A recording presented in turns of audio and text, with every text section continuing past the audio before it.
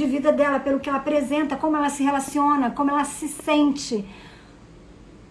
Tudo isso são sintomas que faz a gente entender se a pessoa ela tem o transtorno de personalidade borderline ou não, se ela é um border, como a gente fala carinhosamente, ou não. Veja bem, os indivíduos com transtorno de personalidade, existe uma coisa interessante, que parte do cérebro, ele regula as emoções. Então, parte desse cérebro que regula as nossas emoções, quando a pessoa ela é acometida, né, ela apresenta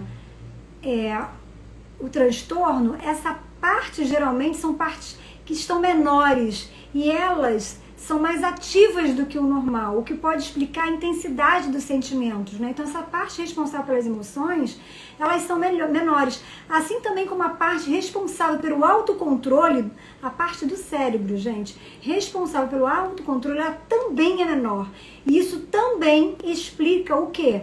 O que, na verdade, pode estar sendo o motivo dessa dificuldade de autocontrole. Tanto das emoções aí, como do autocontrole. Então, são duas situações que, quando você faz o exame, é observado através das pesquisas que são parte dos cérebros aí prejudicadas com um tamanho menor. Então, por isso também existe aí essa explicação, essa possibilidade. Ou seja, o que nós precisamos entender é que como identificar o transtorno, né? E quais os seus sintomas, já que não existe um exame específico que a gente só pode diagnosticar pelo sintoma. Como a gente pode observar isso?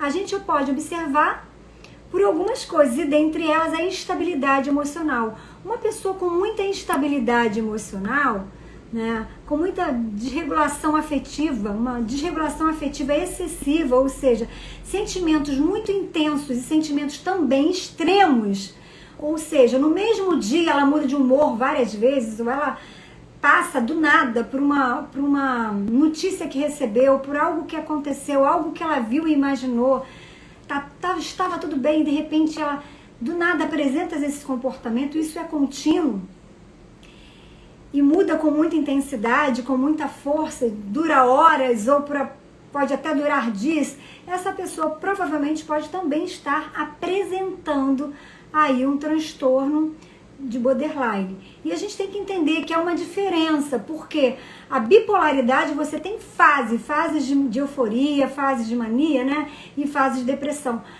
O border não.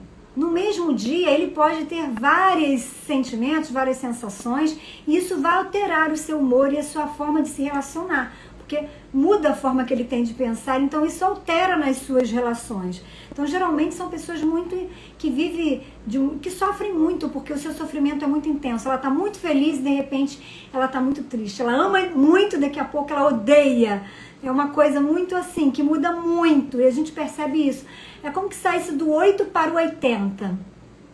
A gente observa que isso é uma característica muito grande de quem tem border. Então, o que acontece? O que caracteriza? O que a gente pode entender melhor? O que o border tem de diferente, digamos assim, das outras características de personalidade de outros transtornos? Porque o border, ele tem um medo irracional, gente, do abandono. Ele tem muito medo do abandono. E acontece o seguinte, ele tem muitos sentimentos profundos de vazio e de tédio. Sentimentos profundos de vazio e tédio. Eu costumo pensar que o border é meio feito criança, porque eles fazem as coisas, por exemplo, eles se comportam de uma forma inadequada, né, muitas vezes, como a gente falou aqui, e de repente eles esquecem completamente, eles são como crianças. Ele mudou o sentimento, de repente aconteceu alguma coisa, ele está feliz, é como se ele esquecesse completamente aquilo que passou, e ali acha que todo mundo esquece também. Só que não é bem assim, isso é difícil, por isso que são pessoas difíceis de se relacionar, é difícil de compreender.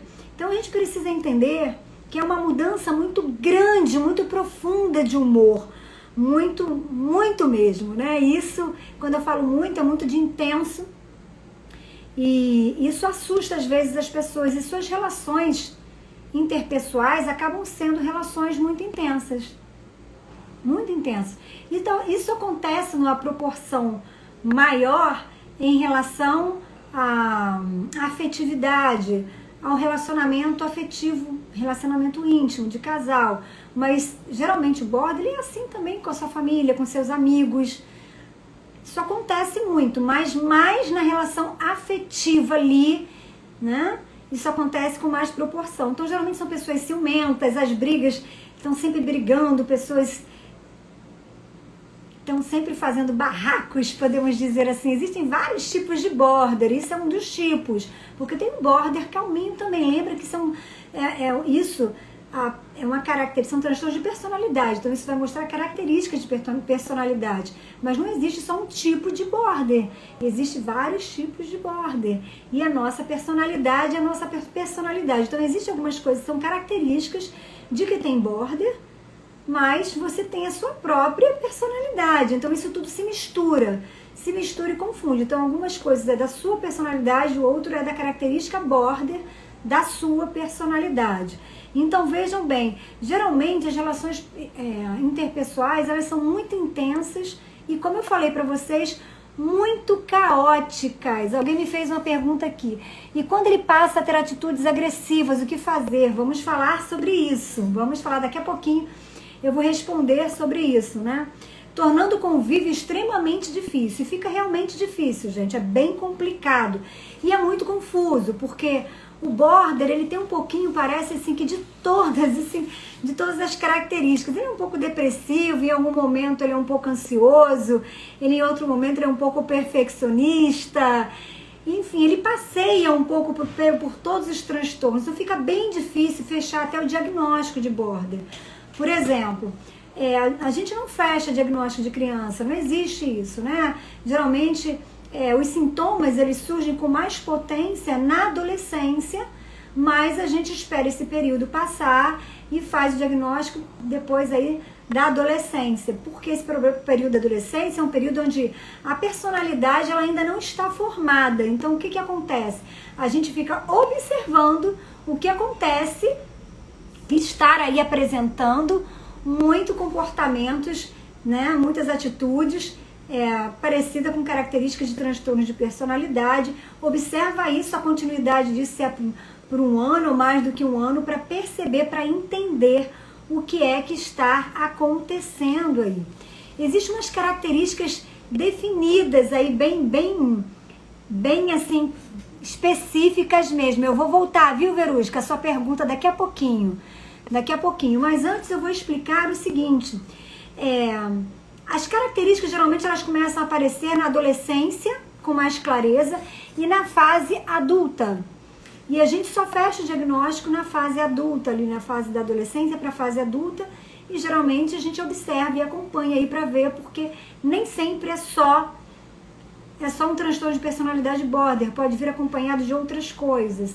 E até para medicar, gente, não pode se automedicar, porque se a pessoa toma alguma medicação para a ansiedade que ela está tendo, ou digamos assim, e ela é um bipolar, o remédio que ela toma para o transtorno de borderline vai fazer com que ela tenha assim, uma piora na questão dela do transtorno de borderline. Então, por isso que a gente pede, né? É por isso que a gente sempre fala, vai a um psiquiatra, vai a um médico, porque se há necessidade da medicação, e você viu isso com o seu profissional, com o psicólogo ou com o terapeuta, seja com quem for, se você percebeu isso, você, se estiver na crise, provavelmente vai precisar da ajuda medicamentosa. O que mais é comum de tratamento, na verdade, a gente vai ver isso também daqui a pouco, é a psicoterapia, que vai ajudar você a lidar, né, é um trabalho de psicoeducação, ajudar você a lidar com as suas dificuldades relacionais, com a forma que você tem de ver o mundo, com a ótica que você tem, que muitas dos sentimentos, dos pensamentos são muito surreais mesmo, é muito característico, é muito específico, é muito próprio da pessoa que tem esse transtorno de personalidade. Então veja bem, os traços consideráveis borderline, eles podem sumir com os anos também, né? Geralmente aos 40 anos ele dá uma aliviada muito grande e a pessoa consegue se equiparar. Então você vai dizer, Márcia, tem cura? Tecnicamente a gente pode dizer que não tem cura, Mas a pessoa fazendo um tratamento consegue ter uma vida muito boa,